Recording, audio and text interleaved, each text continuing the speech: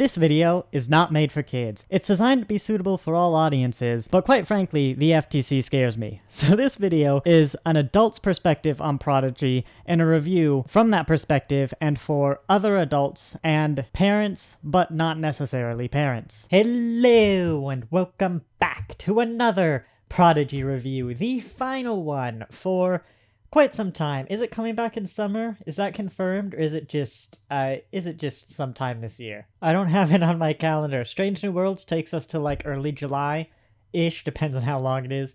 I'd expect Lower Decks first, but maybe we'd be surprised. You know, the point is for a few months. It's the mid-season finale. Gives us time, though, to make a nice thumbnail to match this lovely uniform. Ah, yes. I've accepted another demotion. I believe the uniforms the crew's wearing are like cadet uniforms, whereas what Janeway and Chakotay has, what I kind of originally tried to emulate was like the proper uniform that the commissioned officers wear. But anyway, I'll really miss Lower Decks.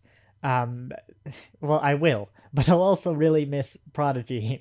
That's the one we're talking about today. It's been a blast. It's been amazing, and as much as I've praised Discovery, season 4, Discovery's gonna have to pull some heavy hitters, especially going into their historically difficult conclusions. I think what it really is, and there's a bit in my upcoming Poorly Explained, not next Monday, but the Monday after for season 3, where I really go into the Vance-Osira negotiation from the final episode, or I think it's second to final episode. I think what it really is like, sure, Discovery, you know, the writers now can produce a good show so far. They're, you know, again, the finale could ruin it, but it's been really enjoyable. And as much as I've even praised them for being Star Trek, or at least starting to be a Star Trek, I mean, Prodigy is what a team who knows Star Trek and can write Star Trek can do. I mean, honestly, it's the same with Lower Decks. Really hoping it's the same with Strange New Worlds. I won't get too much into that because we'll get to the reviews in a while. But yes, of course, we'll continue with Discovery for about 3 weeks.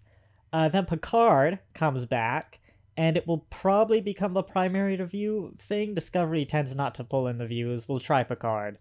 And God, I'm not looking forward to the 3 weeks of overlap. I don't really think there should be overlap anyway. I kind of just want to finish like a season of a show and then just, you know, go on to the next.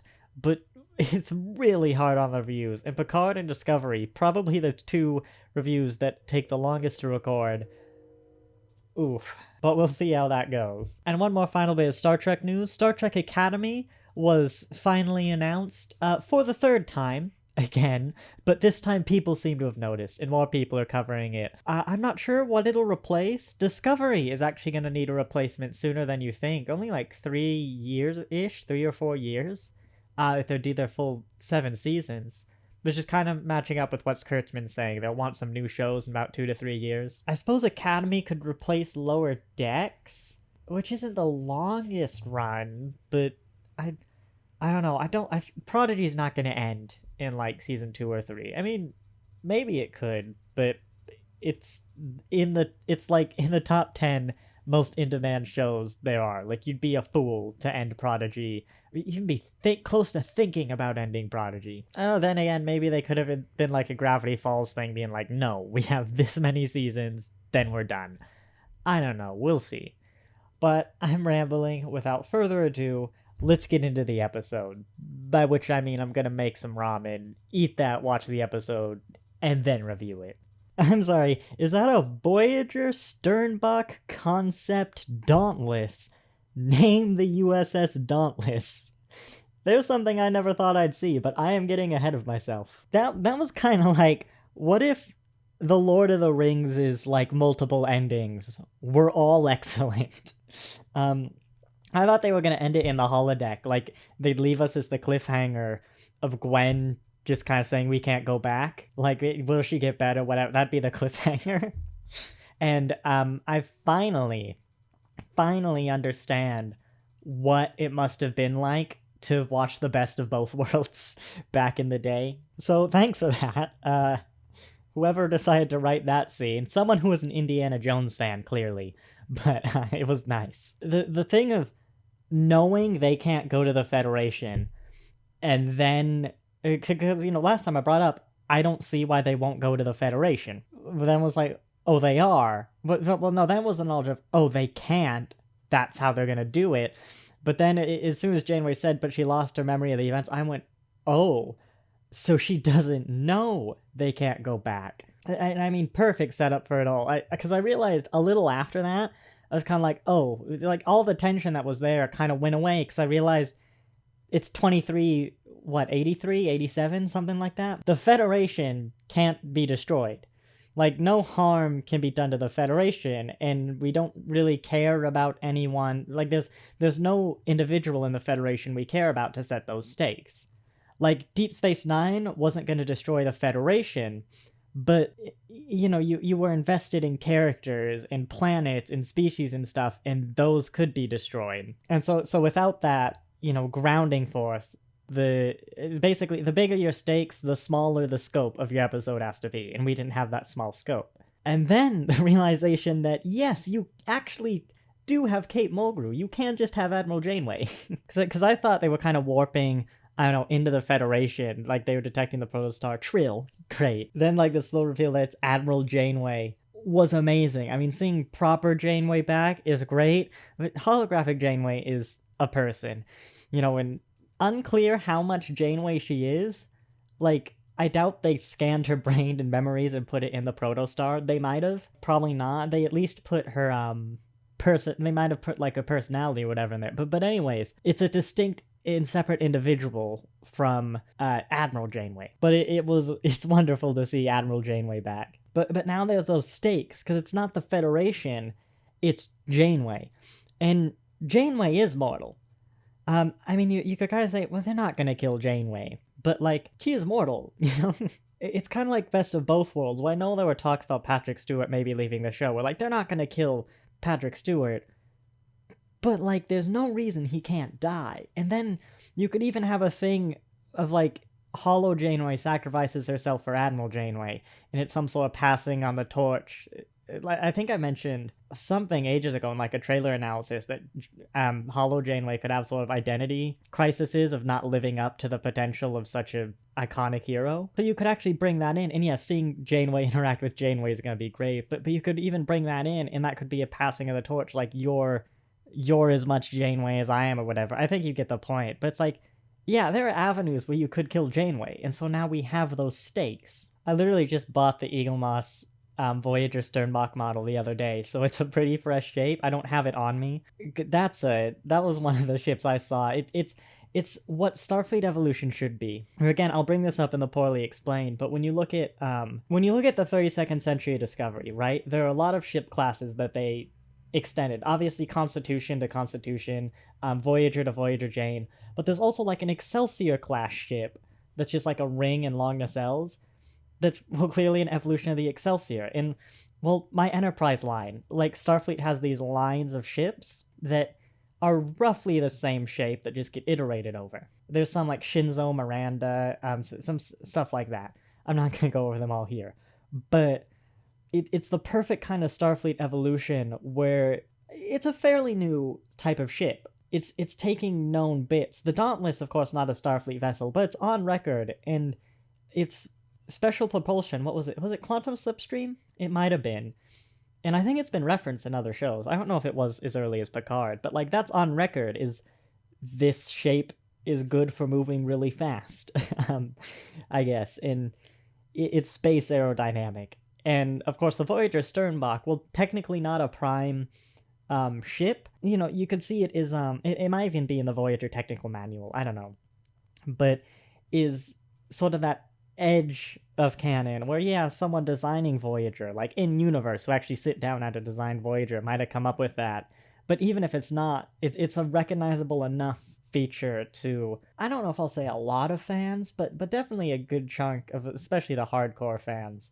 But you've taken these two ships, just kind of glued them together, you've kit bashed them, and now you've created a believable new Starfleet vessel that's sort of its own lineage. Because again, going back to Discovery's 32nd Century, not only did they evolve those ships, they also had the new ones, like the Eisenberg class, and the other one that's really similar. There's two that are kind of long, pointy triangles. I kind of expected going in that we'd see actual Chakotay, not like a recording of him, but he'd show up in some way. It'd be interesting if you have Admiral Janeway kind of team up with the Protostar kids to go get Chakotay, because I'm thinking there's a season 2. It's been announced. But like, if Janeway and the Protostar crew meet, what's gonna happen? I mean, I don't know. Do they just... Maybe they do become Academy. And what I sort of predicted is right earlier, where maybe... I don't think it happened, but like, if Prodigy just bled into Academy, like these people just go to Starfleet Academy, which is an animated show like this. But I could also see Janeway being Janeway. I mean, you know, she did like attempt to murder the Diviner in hologram form. Captain never violated the Prime Directive, Janeway. I could see her just going like, you're all acting ensigns and you're ambassadors to the Delta Quadrant or whatever. Like, have fun. We also got the backstory on the Diviner. Not quite what myself or anyone else had theorized. There were elements there. Definitely. But yeah, Starfleet inadvertently caused a calamity. I'm very happy it's not one of those where it's like, okay, I'm very clearly hearing one side of this conversation that is completely skewed events. It's like, he knows, no, Starfleet didn't intend to create the Civil War, but they did, and it destroyed our planet. I mean, it's a great example of the, if it was earlier in the timeline, my Prime Directive video earlier is like, yeah, Prime Directives can go wrong. First contacts can go wrong. All right, new theory. No, I'm trying to work out the timeline, but it's a wibbly. So someone made first contact with the Diviner's planet. I'm not going to remember the name of them or the race. It was kind of complicated. 50 years later, the planet was destroyed. The Diviner was sent back in time to prevent it. We know it was at least 50 years because he's able to know what the planet's going to be like at that point. Now I'm trying to work out, did he then find the Protostar and go back in time? Because that doesn't quite make sense to me. Because Chakotay was on the Protostar. I mean, I don't know how old he was in Voyager, but like, even if he was 20 on the young side, he'd be like 70 then, which you could live to, but that was not a 70-year-old Chakotay in the recording. That was like a present-day Chakotay, you know, around the age he was in Voyager. So my thought was, did he go back in time, seize the Protostar? Then the question is, why go back in time at all to the Protostar specifically? Because if it was the ship that started first contact, you don't need to wipe out Starfleet, you just need to take out the Protostar. And I liked how Gwen handled that. Like, no, you can't replace one atrocity with another. An arguably far greater one is the Federation. It's loads of species and loads of planets that would presumably be wiped out. I mean, as odd as it is to say one genocide is better than like a different genocide just because there's more races, like, yeah, you can't just swap one tragedy for another. Very Starfleet. I like how that was handled. But I also liked, no, the Diviner's like set on it. It's blinded by revenge, whatever. It's a lot. That was true where I talked about, you know, he's not in the wrong. He's not bad. But like, yeah, just go to talk to Starfleet or something, or even seize the Protostar. Even just destroying it, as awful as it would be better. Or, sorry, whatever ship made first contact. Even then, thinking about it, knowing what we do about Starfleet, that he doesn't, would Starfleet even stop the first contact? Because that'd be a part of history. They'd be violating the Temporal Prime Directive. I mean, Janeway would, you know, she's Janeway, but, like, Starfleet wouldn't want to. But yeah, there's still enough wibbly-wobbly in the timeline for some gaps in our knowledge to appear, like, why and when did they port the Protostar? Because if Janeway's looking for Chakotay now in 2387, or 3, I'll call it 87, that means Chakotay went missing in 2387, meaning the Diviner probably would have been sent back in time, then met Chakotay in the Protostar, but he was still searching for it 17 years ago. Got it. Chakotay makes first contact with the planet today, like pretty soon. I think he said it won't be around for much longer. The Diviner goes back in time, roughly at least 17 years previous to now, 2387. And he's looking for the Protostar, which may not even be in the Delta Quadrant yet. He's got to find it. It's like an active ship. It's not buried. It's active somewhere. He then finds it, and that's the video we see with Chakotay. Something goes wrong, you know, maybe he does an emergency jump or whatever, it ends up in the planet that he's mining, and then he keeps finding it, bringing us up to Prodigy. I'm not sure I'm going to remember that theory in like several months' time when we get to Prodigy again, but that's kind of my timeline right now. We had so many things set up that came to fruition, which was great. Actually using the Medusan's form, I don't want to say ability to make people go insane. The fact that they can. Again, in the Indiana Jones scene, you add Rok-Tahk's knowledge that she gained over, again, years, that the emotionalness of it hasn't quite been brought up yet, but yeah, that was great. Not quite sure how you hold back a door without your feet on the ground and with a tiny jetpack, but he managed it, Jenkinpog. I mean, it was just incredibly well written, tight. One thing I don't think worked, though, I will say, is Dreadnax was just a pushover. Like, is a pretty main villain who kind of kept order and all this. It was like Kitten Claws that just cut his neck off. Gwen couldn't handle that. Like, no one else could handle that at any previous point. I think they're trying to say something about sort of the bully figure, or to go more extreme, so the dictator, the authoritarian ruler, whatever. Like, basically saying they're not all that tough, you know? Sort of the message for the kids.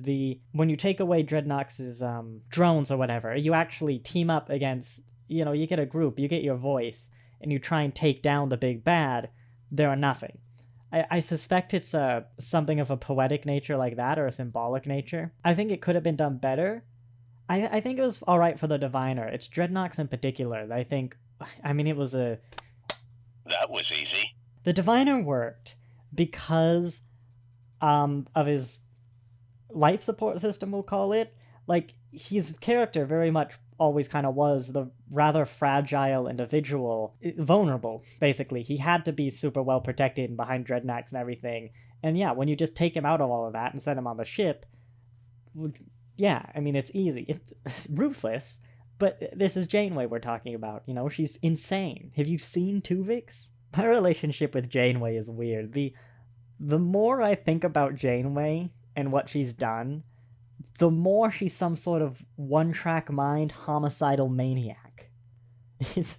I think it's in my ideas list, but it's still great to see her back. Spoilers for the finale of Voyager. But how about that time where she went back in time to get Voyager home early because Seven died? Not because anyone else died. Not because the entire medical staff died. Not because of anything else, like all the people who died along Voyager's path, just to save Seven. And did she even have the courtesy to say, hey, the Romulan sun is going to go supernova in about 20 years. I have the proof. Here it is. If you start the evacuation now, it won't be an issue. But also, there'll be a terrorist attack on Mars. It happened last time. Not sure what caused it.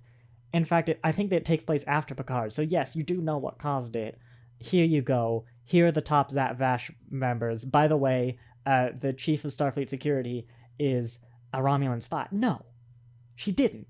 Because she's a one-track mind homicidal maniac, and Seven died and nothing else matters. The Prodigy crew better beware. I think I'm gonna get into scene by scene, because it's already been 20 minutes, and I don't want to go on for too long. This is a great little turning point, too. I'm not so sure it was a Chekhov's gun setup sort of thing. Is more an implied... I think they did mention it was a gift from the Diviner, but he's like, no, yeah, I can control that thing too. The Diviner's a lot like an Emperor Palpatine.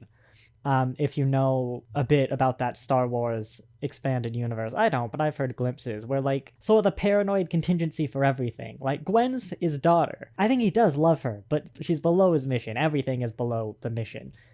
And he has all these contingencies, like, what if Gwen betrayed me? Here's the knife thing. Darth Vader, in the extended stuff, had his suit with, like, really exposable buttons, and it's like one lightning strike could kill him, right? That was the point. His Emperor Palpatine, if Vader ever still tried betraying him, just be like, zap, and Vader's dead. Just instantly. And indeed, that's what ended up happening. So yeah, they did a great job making them look powerful and unstoppable. And again, Dreadnox was just, like, kitten claws? Really? They kind of talked afterwards, like, they all ganged up on him, but it was just kitten claws, and then his head fell off, and that was it. Like, I don't know. In fact, he's back, isn't he? We don't know if he has memories of the last time he was on the ship. I think I mentioned that in a previous review, but, yeah, it was weird. I kept waiting for him to come back, or come back to life, and seem, like, even more powerful. The scene with the two miners was fun as well. Like, don't think about it too much, but yeah, it was fun because they're always in these suits. I don't know if they ever see each other. Maybe weird alien hormones telepathy thing, but whatever. It was fun. But also had that feeling of the trauma, like yeah, these people have not spoken to another soul in potentially at least 17 years, like probably more. I was just going through these frames, and can we appreciate this frame? For the scene by scene, this frame of Rock Talk clearly high out of their mind, and Murph just smugly sitting there like, oh yeah, I put something in their prison mush. That's amazing. I did like the Voyager, the Janeway was like kind of faking the whole time thing. I saw some people on Reddit complaining. It was the very nerdy, might have even been Twitter, like, oh, it's literally the start, like, oh, in season 6, episode 1 of Voyager and Equinox, whatever.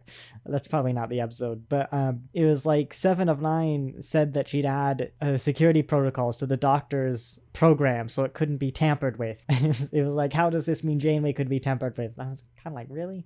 But also, yeah, I was fine with it, because again, the Diviner's been on the ship before. The crew still doesn't quite know their ship yet, and like, when has Starfleet ever been proactive about security measures? But no, I like that it was actually, Gwen was like, no, we actually thought about that and protected Janeway. And she was just playing along. Kind of ironic, I think her line of, I only answer to Starfleet, when these kids were not Starfleet. They technically still are not Starfleet, but like, when they first started, they were like slaves on the run. But I think the fact I didn't realize that the first time around just goes to show how far they've come to be Starfleet, as I said, not as the organization, but in the sense of the values, which is what's important in the end of the day. I think this episode, Prodigy's approached at least, but potentially earned its Steven Universe level potential. They still haven't quite addressed some of those emotional things more directly. I wish they would, but like, that was brutal. Janeway's just, I mean, fighting a hologram was nice, but like, big. Well, it made her feel tough, and it was like great seeing Janeway in action, even as a hologram, and like really nailing it. But like, that was brutal, just ripping out his life support tube, whatever, and then just having him like fall to the ground dying, not bleeding out. It's actually, I've just realized, the sort of G-rated version of bleeding out. It's not blood, it's life support fluid. That was brutal. Like, it's not holding any punches in that regard. I mean, the Diviner's ultimate end in its own way is kind of brutal, with Zero Zero flashing themselves, causing the Diviner to go insane. Like, it was kind of the revenge arc, and dare I say, not even Super Starfleet. In fact, thinking about it, they were in the holodeck. Like, computer, put the Diviner in a cage. That was easy. Done. Just nailed it. Thinking about it more, I'm not sure how I feel about it. As much as like a setup kind of thing you could have, and you could even call it emotionally satisfying. Well, the reason you might call it emotionally satisfying is because it was revenge. I mean, Zero did worse than kill the Diviner, arguably. Have Starfleet officers killed before? Obviously. I mean, even outside of the war. But there's always the sort of no other way argument, or the they try to save them but the villain refuses sort of thing. And this was more a you hurt me, I will hurt you now kind of move. That not the best, no. It was literally an eye for an eye. I mean, you used me to hurt people, presumably showing Zero to other, what was it, unwanteds, undesirables? I can't remember if that was established or hinted at. I think it meant, like in the first episode, they said he wanted to. I don't know if it was ever said if he actually did, but it was an eye for an eye. Editing Nathan here, and listening to me back in the recording, what makes this worse is that this is just exactly what the Diviner was planning to do. Starfleet, albeit inadvertently, caused the death of the Diviner's homeworld and their people. So the Diviner decides to cause the death of the Starfleet homeworlds and Starfleet's people, and he's bad for doing it, rightfully so. But the Diviner, willingly, yes, used Zero to make people go insane, and so Zero used himself to make the Diviner go insane, and that's good? It just really muddies the kind of moral messaging here, and that's my real underlying problem, is that Zero and the Diviner are the same here, but Zero is seen as the good guy, whereas the Diviner is objectively doing bad. As Gwen said, you can't swap one atrocity for another. This particular frame is interesting, as I see how the lighting made it happen in the next bit. But, like, that's a yellow uniform. To the point of it looks like a continuity error. And it's interesting to see these uniforms in...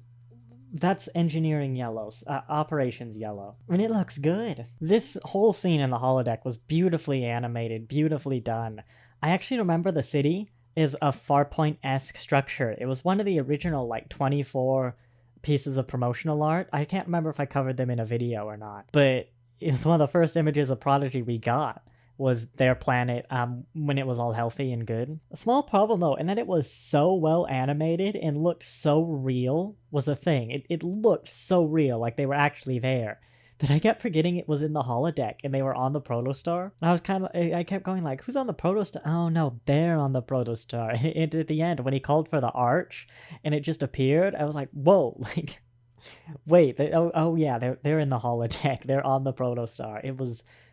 I've never had that experience with a holodeck before. It's kind of like being in VR for the first time. I mean, that's what it would be like if you were in a holodeck for the first time. I know, because that's what it was like to be in VR. And VR is nothing like a holodeck. I mean, kudos to the animation team, but yeah, it looked so real. Which is weird, because in the Next Generation, like, it was all real, right? The sets of London or Dixon Hill were just as real as the sets of the Enterprise. And I never got that feeling. I think it's probably the animated characters in a traditionally analyzed world in what often felt like a very photorealistic setting when it was all dust and broken and stuff. Just had a thought as well, the Diviner currently is fairly old, right? I mean, he's an older guy.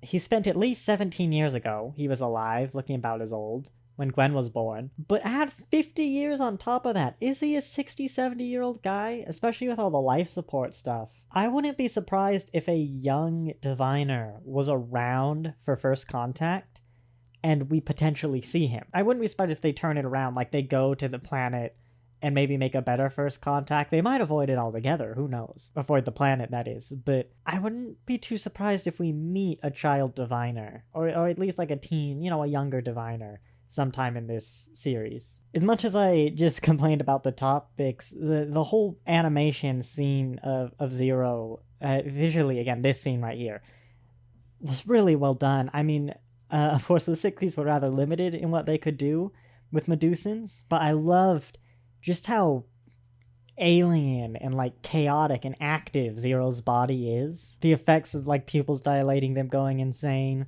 the Indiana Jones scene of the look at me, don't look at it really was Raiders of the Lost Ark. It was very Raiders of the Lost Ark, which I definitely got from memory, just staring at my crotch. That's how I remember things, which isn't bad. I mean, it was definitely different enough, and it's for the older generation, which I guess I am now, it was kind of fun to see, but done differently with its own Prodigy, Trekkie spin on it, that it was very, very good. I mean, a lot of the tension and the grandness of this scene came from, hey, let's do Indiana Jones, just that. I mean, yeah, that's how television works. A lot of creative stuff. You iterate, even steal but change a lot of what came before. But it really made Zero, that power and everything behind the suit, it was great to see. Rated R for nudity. It's also kind of the plot of Chamber of Secrets, if you think about it, where like they didn't see the basilisk, they saw the reflections, and so it wasn't the full effect. It's what if Raiders of the Lost Ark met Chamber of Secrets. But I also thought it was very sweet. I'm happy with how they ended it, but I didn't think we'd see Gwen back on her feet in this episode, with like Zero just never leaving her side over the guilt of what he'd done. I'm sure there's a parallel. Tindy Rutherford, maybe? I'm sure there's a Star Trek parallel I'm missing. I mean, it's a thing that's happened before in various shows. That's the one I'm looking for. Data and Lol. It reminded me of Data and Lol, where of course Data didn't cause Lol's pain, but like the constantly working never left his side. His hands wouldn't stop moving kind of thing. Of course, it worked for Zero. Maybe not so much for Lol. Who, by the way, Data downloaded Lol in her entirety into his positronic matrix at the end of the episode, which Picard never touched on. Still hasn't touched on at all, which is a real shame. If you haven't seen The Next Generation since watching Picard, go and watch it, because Data stores a ludicrous amount of things in his positronic matrix, like throughout the series, that just never come up again when they really should have. Especially when, like, the whole point of how they got the androids back is they reconstructed Data's positronic matrix. The Nemesis-esque end cards, brilliant. I'm not sure if they're exactly Nemesis. I think they've changed a little bit. Is of course every era's got to change it a little bit. And Trill, love Trill. Another new Starfleet uniform. I'm not gonna do all these uniform logos, but yeah, I think a new era. Yes, we're close to the supernova now. I think. Probably could have been the Picard ones just fine, but yeah, slightly new. Or more dress-like. More lower decks, actually. I wonder if that's supposed to be a lower decks uniform. Not quite. She has a white thing going along the division in her uniform where you open it. What did we call it before? The mariner cleavage area? The boots are different, but it's obviously an iteration on the lower decks design, which is very good and appropriate for the era. It's sort of between lower decks and Picard. Very nice touch. Saying that, though, there's a Tellarite cosplaying as Han Solo in the background, who clearly did not get the lower decks memo. But Admiral Janeway, yes, looking about the same. I thought she might have looked a bit younger than she did in Nemesis. But, oh, you know what? I'm thinking of the, future Janeway from Endgame. Yes, Endgame Janeway is the one with the white hair. And this is kind of a mix between Nemesis Janeway and Endgame Janeway. I mean, this is younger than Kate Mulgrew is now. You could probably look her up. Like, Kate Mulgrew, Enter the Year, and see if that's what she looked like. I can't quite tell, but I think they also did a cheeky thing and put that guy walking in the background appears to be Vulcan. I think his ears are a bit taller, meaning you have the 4 founding members of the Federation in a trill. And honestly, that's all you need in life, isn't it? I was gonna Google the Dauntless, but I've just seen an article. Star Trek Prodigy's showrunners discuss that massive cliffhanger reveal and what's ahead with Voyager's Chakotay. I'm going to read this, and I'm going to give you some updates. I'll let you know if there's spoilers. It's interesting. Somewhat spoilery for the next topic. So again, there'll be a chapter spoiler zone. Just skip to the chapter after that, where I'll be looking at the Dauntless. But basically, there's some sort of weapon, quotes, on the protostar that prevents the Dauntless 2 from finding the protostar. And that's something that they'll have to overcome. So it's not as simple as, like, you know, they'll show up next episode next to the protostar.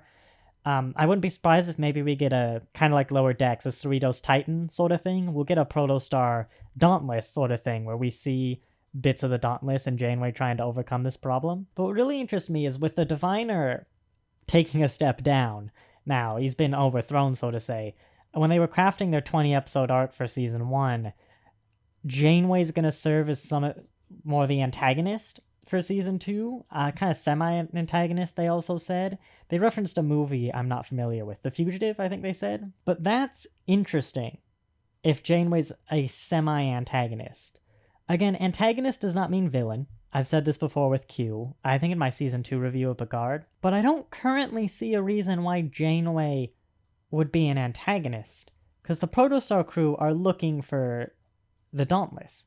Maybe they'll discover the virus or whatever on their own. I'm not sure how. Or rather, I'm not sure why, because then what's the point of Gwen losing her memory? But that was very interesting. It also didn't sound like we were necessarily sure we were getting a Chakotay in Season 1, like a real Chakotay, not a recording or anything. And potentially that's a Season 2 thing, or rather something continues more in the series.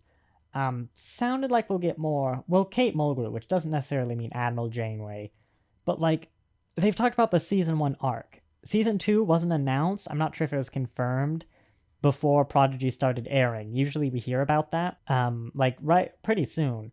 So I would have thought they'd make a really relatively self-contained story. Like, not addressing Chakotay seems weird, because what if you didn't get your second season? It's certainly interesting. And of course, I've just realized you have stuff with Gwen you can go into. I think we're out of the spoiler zone now, where Gwen knows about this first contact with her planet, but, like, not any real details around it. So I wonder if that will come up and, like, should she try and do something, try and stop it. It'd be interesting if the this protostar with this crew is the species that makes first contact, trying to avert it or something, some sort of time loop like the Borg. But anyway, yes, the Dauntless. I was gonna look up its registry number, wasn't I? Oh yes, NX01-A. How could I forget? Yes, I don't know if you can read that. It actually does say USS Dauntless. Not the Dauntless is in the NX01-A from Voyager. Sort of a fake Starfleet ship, an alien built, but one actually built by Starfleet. That is from the article I mentioned. It really is Voyager Sternbach. I don't know if you've seen it. I'll probably throw an image up here now. But the long nacelles that go down, the flat bed, it's a Dauntless glued to a Voyager Sternbach.